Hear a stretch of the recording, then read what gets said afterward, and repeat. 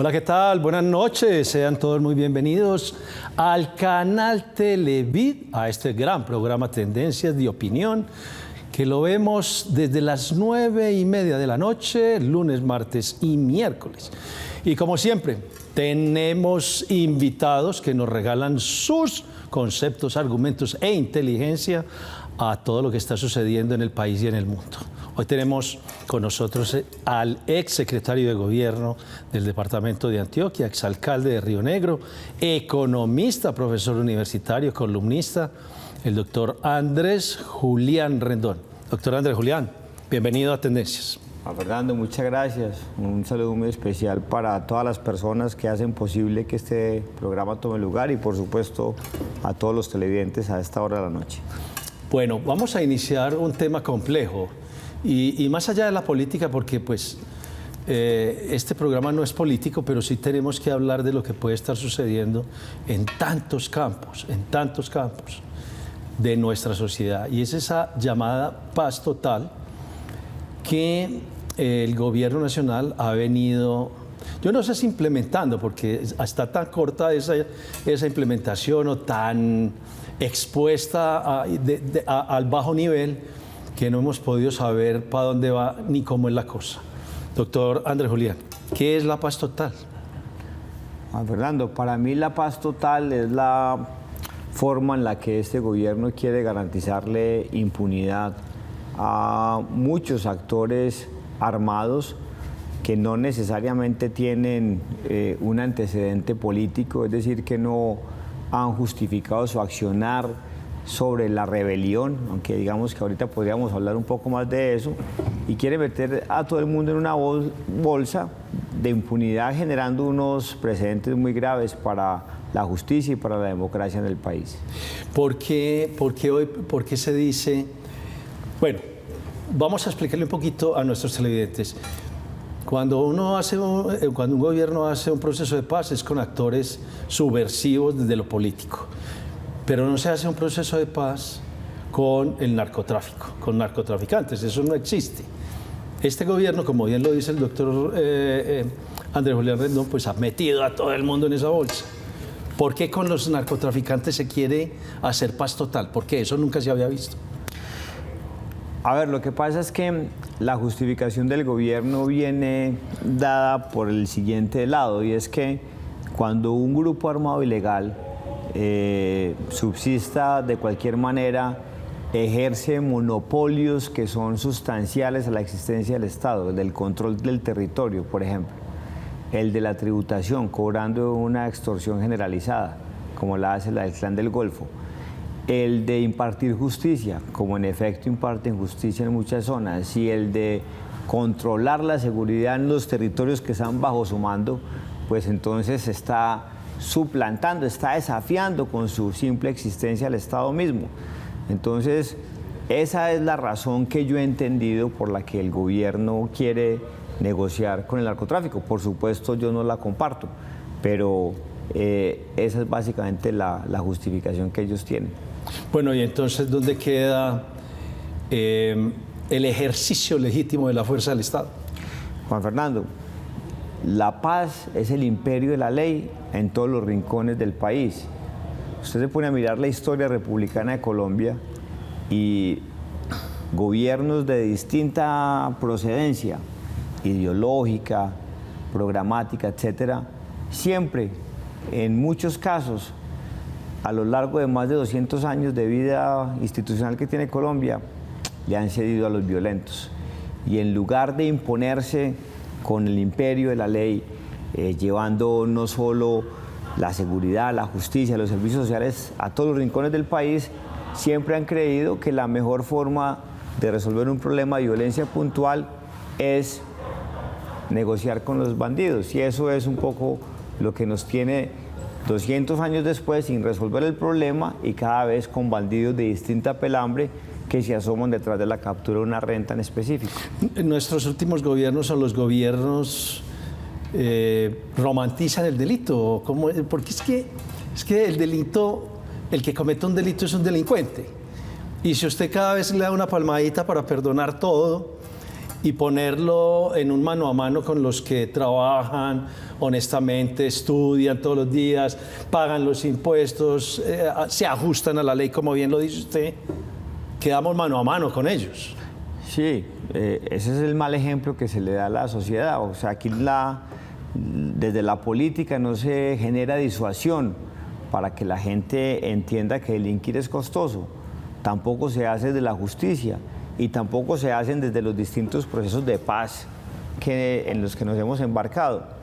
Hay un economista que se ha dedicado a estudiar mucho las confrontaciones en el mundo, que se llama Paul Collier, y él dice que generalmente la gente que se embarca en rebeliones le hace creer a la gente que está en esa rebelión porque buscan el interés general, que son pues casi que unos héroes que están buscando pelear contra un Estado absolutista, totalitario, que no protege la democracia y que no busca mejores condiciones sociales para la población. Pero él ha logrado demostrar empíricamente que casi siempre esos grupos están detrás de la captura de una renta ilegal, el narcotráfico, lo que viene de un sector económico muy importante como la minería ilegal, y ahora podemos hablar un poco de eso a través de la extorsión, el secuestro, los diamantes en algunas zonas del país, en otras del África, etcétera. Y esa es una generalidad. Entonces él dice, hombre, a veces a la sociedad nos toman por ingenuos, porque realmente lo que mueve a un grupo armado ilegal no es ningún interés político, no es ningún ánimo de rebelión, de mejorar las condiciones de la gente, es de capturar una renta y hacerse ricos. Quiero hacerle una pregunta. En este mes de marzo se ha discutido mucho si el gobierno nacional, le reitero, más allá de lo político, porque este programa no es político, es posible que vuelva a sentar en un proceso de paz a las FARC que están en el monte, las que están en Venezuela y las que están en Colombia. Pues ese sí que es el peor de los mensajes, o sea, bien tortuoso y bien difícil que ha sido para los colombianos ver en el Congreso a las personas que hoy están sentadas en el Congreso sin pagar cárcel, sin hacer justicia.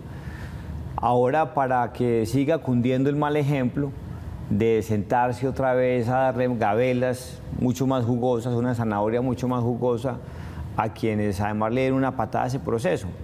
Alguna vez un profesor de AFI dijo que las verdaderas disidencias de las FARC están en el Congreso, porque las FARC en ese orden de ideas parecen no haberse desmovilizado. O sea que ellos van a buscar... No, la pregunta era si se puede sentar el gobierno con quienes violentaron el acuerdo que llamaron de La Habana, porque yo no soy capaz de decir de paz, porque aquí no ha habido paz, pero ese acuerdo de La Habana, ellos sí, el gobierno puede volverlo a sentar a negociar algo. Pues yo no creo que se vaya a sentar bajo esos parámetros de negociación, porque ese proceso de las FARC fue muy complejo, tuvo reformas constitucionales de por medio, leyes, desarrollos legales, etcétera. Pero pues que lo va a hacer, porque este gobierno está empeñado en eso, en que el mal ejemplo cunda por cuenta de la negociación generalizada bajo la sombrilla de la paz total que ellos quieren emprender con las disidencias de las FARC, con los narcotraficantes del Clan del Golfo y con cualquiera otro que levante la mano y diga que es un bandido. Ahí va a encontrar un interlocutor en este gobierno. Yo creo que usted ha sido el gobernador encargado, sí, con mayores encargos, diría yo, para manejar el despacho de gobernador. ¿Cuántas tuvo usted? 11. 11 veces lo nombraron. Intermitentes. Intermitentes, sí, claro. 11 veces nombrado gobernador encargado. Yo creo que usted ha sido... No, usted es el que más ha tenido encargos en gobernación. Quiero hacerle esta pregunta. Usted cuando fue secretario de gobierno, hablando, ya me voy a tirar para el Bajo Cauca, que allá hay un actor importantísimo de esta paz total. A usted lo tocó ver, y yo creo que estuvimos juntos en eso, cuando veíamos desde el aire unos peladeros, o sea, todos sabíamos que allá había minería. El Estado es tan débil que no es capaz ni siquiera de contrarrestar una minería ilegal por ilegales. Sí, Juan Fernando, efectivamente eso lo veíamos en, qué sé yo, las cientos de veces que fuimos con el doctor Luis Alfredo al Bajo Cauca. En ese momento, lo que realmente articulaba el quehacer criminal de las FARC, del ELN y de las bandas criminales que se conformaron después de la desmovilización de los mal llamados paramilitares era el narcotráfico. Y entonces a nosotros, usted recordará que nos sorprendió mucho ver cómo recibimos ese departamento disputándole a el Meta el tercer lugar en hectáreas de coca en el país con 9.000 hectáreas. Pero fruto de asperjar 4 veces en el año, que fue cuando nos empezaron a bloquear la troncal que conduce a la costa atlántica, la misma que hoy han bloqueado los mineros, ese hectáreaje de coca se redujo a 3.000. Es decir, y no solamente se redujo el área de coca sembrada, sino que además a 10.000 familias se vincularon a través a programas de desarrollo alternativo con Naciones Unidas, con distintas agencias de cooperación internacional en caucho, cacao, café, etc. ¿Qué pasó? Que eso se abandonó con la negociación y se había recuperado el control territorial y llevamos comandos de policía donde pudimos llevar y llevamos casas de justicia, es decir, recuperamos el territorio, llevamos servicios policiales, de justicia y desarrollo económico o una semilla de desarrollo económico quedó sembrada. El proceso de paz con las FARC pareciera que hubiera acordado otra vez dejar hacer lo que los grupos armados ilegales querían hacer. Cuando nosotros salimos de la gobernación, al gobernador entrante le hicieron a los pocos días un paro minero, a los pocos meses. Y entonces eso tomó lugar sobre todo por cuenta del precio que ya tenía el oro en el mundo, la cotización, y además porque ese año 2012 fue tal vez de los mejores años en reducción de cultivos ilícitos en el país. Y la renta económica entonces a la que todos estaban volcándose era el oro. Pero hoy está pasando, yo creo que hay una imprecisión en muchos actores, Juan Fernando. Los bandidos además son muy perezosos, los bandidos más en minería ilegal. Los bandidos extorsionan todas las actividades económicas, incluyendo la minería ilegal, pero también desde una venta ambulante en el Bajo Cauca. Y la minería ilegal toma lugar hoy y es un problema económico que deriva en otro orden público, porque el 90% de los títulos mineros en Antioquia, en el país, no se utilizan. Entonces usted tiene 100 hectáreas tituladas y comprobadas que tienen oro, pero usted solo utiliza 10 y usted no trabaja ni deja que nadie más trabaje en las 90 restantes. Pero como la gente allá ha vivido centenariamente el oro, pues dice, hombre, a mí me importa un carajo que Juan Fernando tenga 90, que no la utilice, ahí hay oro y yo lo voy a explotar. Y eso es lo que pasa hoy en el Bajo Cauca. Dios mío, qué problemas tan complejos. Vamos a una pausa y regresamos de nuevo con el doctor Andrés Julián Rendón a hablar de paz total.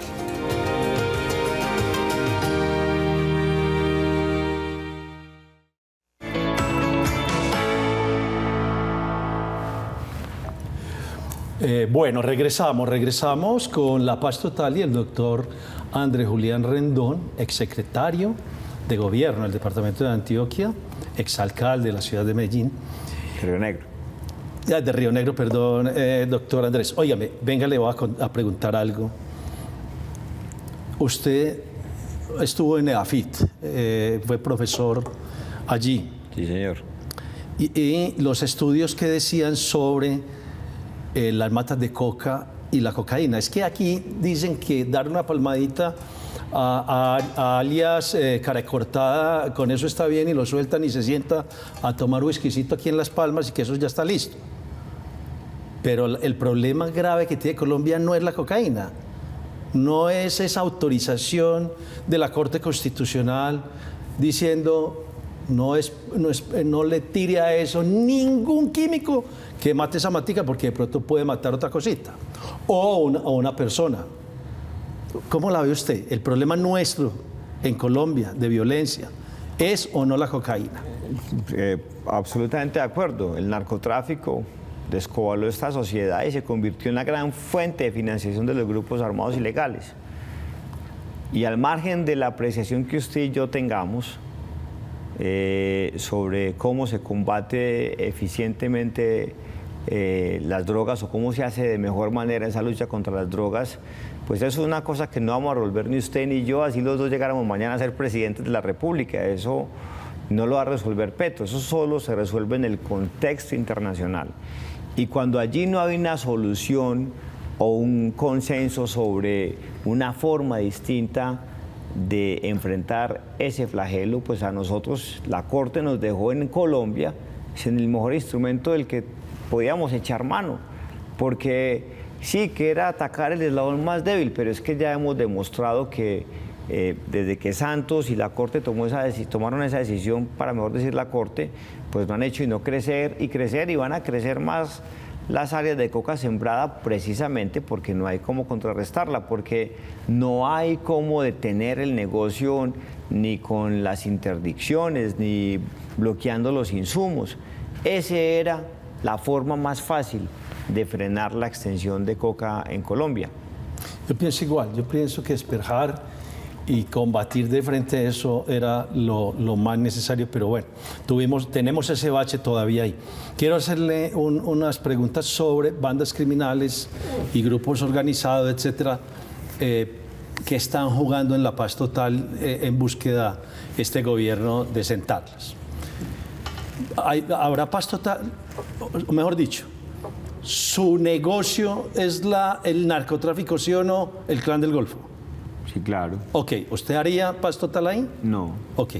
¿Los caparros tienen influencia en el narcotráfico en Colombia, sí o no? Por supuesto. ¿Usted haría paz total con ellos? No, señor. La segunda Marquetalia.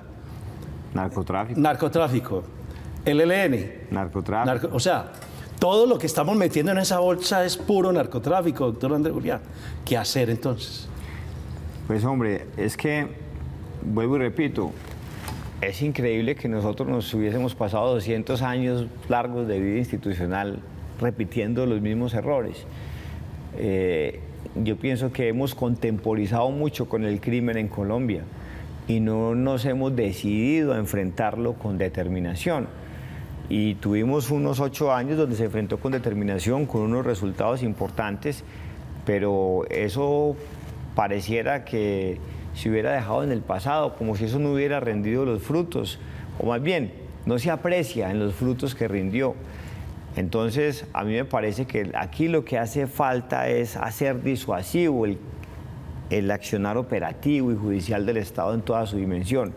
Que alguien que vaya a pensar siquiera en que va a delinquir, diga, hombre, va a correr un riesgo grande, tengo más chances de que me capturen y que pase unos buenos años en prisión y no de volverme rico impunemente como pasa hoy, y que fuera de eso después el gobierno me premie con una curula en el Congreso y me vuelva un actor político relevante, porque eso es lo que pasa hoy en Colombia.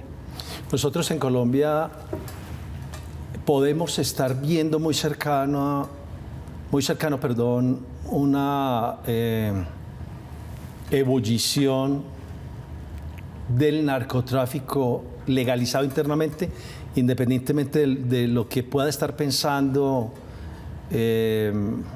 Estados Unidos, Europa, Canadá, etcétera? Pues será muy difícil, Juan Fernando, porque, digamos, la coca es uno de esos casos exportadores exitosos o de esos casos de bienes agropecuarios exitosos donde su gran fuerza la da precisamente es la salida al exterior. Usted no podría volcar las 1.400 toneladas de cocaína que se producen en Colombia al mercado doméstico. Primero, dejaría de ser rentable el negocio, y segundo, el mercado doméstico no estaría en capacidad de absorber todo ese tonelaje y toda esa producción. Entonces, esto es un tema que, vuelvo y repito, no resolvemos solo. Así nosotros decidiéramos dar un paso en el camino de la legalización, que eso ameritará una discusión mucho más grande y habrá quienes estemos en contra, habrá otros que estén de acuerdo, habrá quienes piensan que deben existir unos mecanismos intermedios. Pero mientras en el escenario internacional no se tome una decisión diferente en la lucha contra las drogas, a Colombia le deberían restituir el instrumento que mejor tenía para combatir el narcotráfico, que era la aspersión. Bueno, y entonces, ¿por qué expresidentes como Samper, bueno, Obviemos lo de Samper, la explicación. Sí. Pero César Gaviria, ahora el presidente de los colombianos sostiene que sí, que hay que meternos en esa discusión. ¿Por qué empecinarse en eso y no empecinarse en aplicar la ley y la Constitución con el ejercicio legítimo de la fuerza? Si yo fuera presidente, yo utilizaría todos los instrumentos que me da el Estado para combatir el crimen, el narcotráfico, y buscaría cómo poder asperjar y erradicar las hectáreas de coca que hoy están sembrando terror, que están financiando a los grupos armados ilegales. Pero paralelamente enfocaría mis esfuerzos en el contexto internacional para que la lucha contra las drogas se enfoque de una manera diferente. Yo creo que a ellos les asiste la razón en una parte de esa discusión que quieren establecer, pero no se puede dejar de dar la pelea aquí internamente mientras se da la discusión, porque la discusión puede durar décadas. Es que ya llevamos 70 años en el mismo enfoque de la lucha contra las drogas. No la vamos a cambiar porque Gaviria y Santos dicen que ese no es el mecanismo. Me faltaba Santos, me faltaba ¿cierto? Santos. Eso no va a pasar en el mundo, eso necesita mucha discusión, muchos consensos, y pues claro, Colombia es un actor muy relevante para alzar la voz sobre ese tema, porque ha puesto durante 7 décadas los muertos y el sufrimiento. Entonces tiene mucha autoridad moral para hablar del tema, pero es algo que hay que trabajar, y trabajar eso no implica que mientras tanto luchemos acá, porque no nos queda otra opción. Doctor Andrés Julián Rendón, muchísimas gracias por acompañarnos hoy en Tendencias del canal Televid. Hombre, gracias por atendernos y estar con nosotros hoy. No, muchas gracias a usted. Me gustó mucho haber compartido, Juan Fernando, en este programa con usted, que es mi amigo, y con todos los televidentes. Seguimos con toda la programación de Televid. Gracias por haber estado con nosotros en la noche de hoy.